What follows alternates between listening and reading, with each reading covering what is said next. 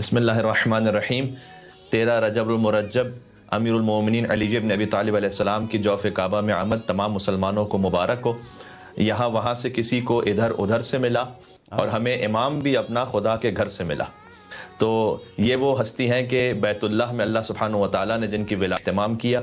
دیکھیں، چاہے کوئی بھی مسجد ہو، شہر کی جامع مسجد ہو، علاقے کی غیر جامع مسجد ہو، حتیٰ یہ کہ بڑی سے بڑی مسجد ہو یا کوئی علاقے کی ایک چھوٹی سی مسجد ہو، وہاں اجازت نہیں ہوتی کہ کوئی خاتون وہاں اندر جا کر صاحب اولاد ہو جائیں، اس لیے کہ اس کے بعد پھر طہارت کے بعد جو سلسلہ رہتا ہے ولادت کا، اس میں بہت ساری نجاستیں بھی حائل ہو جاتی ہیں۔ لیکن یہ امیر المومنین علی بن ابی طالب علیہ السلام کا شرف ہے کہ اللہ سبحانہ و تعالیٰ نے ان کی ولادت اتنی پاکیزہ اور اتنی طہارت کے ساتھ تھی کہ ان کی ماں کو خانہ کعبہ میں بلایا۔ 3 دن تک علی کی ماں کعبے میں مہمان رہیں اور اللہ سبحانہ و تعالیٰ نے امیر المومنین کی ولادت کا اہتمام کعبے میں فرمایا۔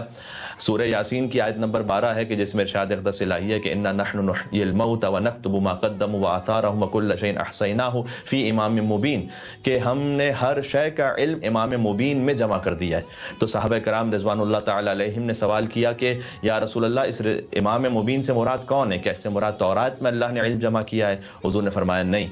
انہوں نے سوال کیا کہ انجیل میں علم جمع کیا؟ انہوں نے کہا نہیں۔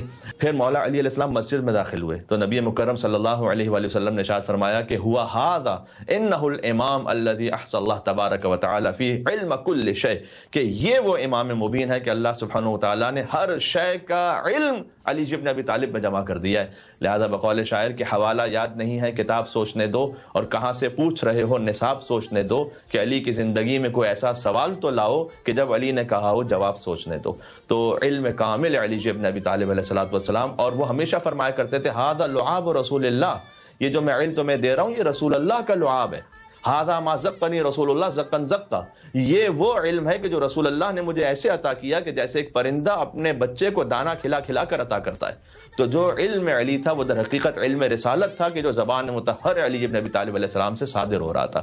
پھر ایک وہ دعویٰ کہ جو اور کوئی نہیں کر سکا وہ سوائے مولا علی علیہ السلام کے، وہ ہے سلونی، پوچھ لو مجھ سے، فإن عندي علم الاولین والآخرین، پوچھ لو جو پوچھنا چاہتے ہو مجھ سے پوچھ لو، میرے پاس اولین کا بھی سارا علم ہے اور آخرین کا بھی سارا علم ہے۔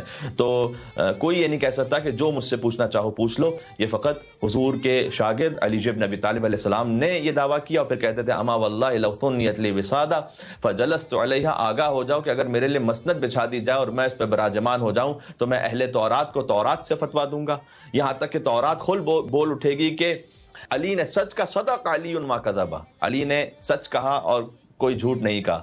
صادق و امین، نبی کے صادق و امین وصی ہیں علی بن ابی طالب علیہ السلام۔ پھر کہا کہ انجیل والوں کو انجیل سے فتویٰ دوں گا، قرآن والوں کو قرآن سے فتویٰ دوں گا، یہاں تک کہ قرآن خود کہہ اٹھے کہ جو کچھ علی نے کہا وہ سچ کا۔ یہ علم علی بن ابی طالب علیہ السلام کے شان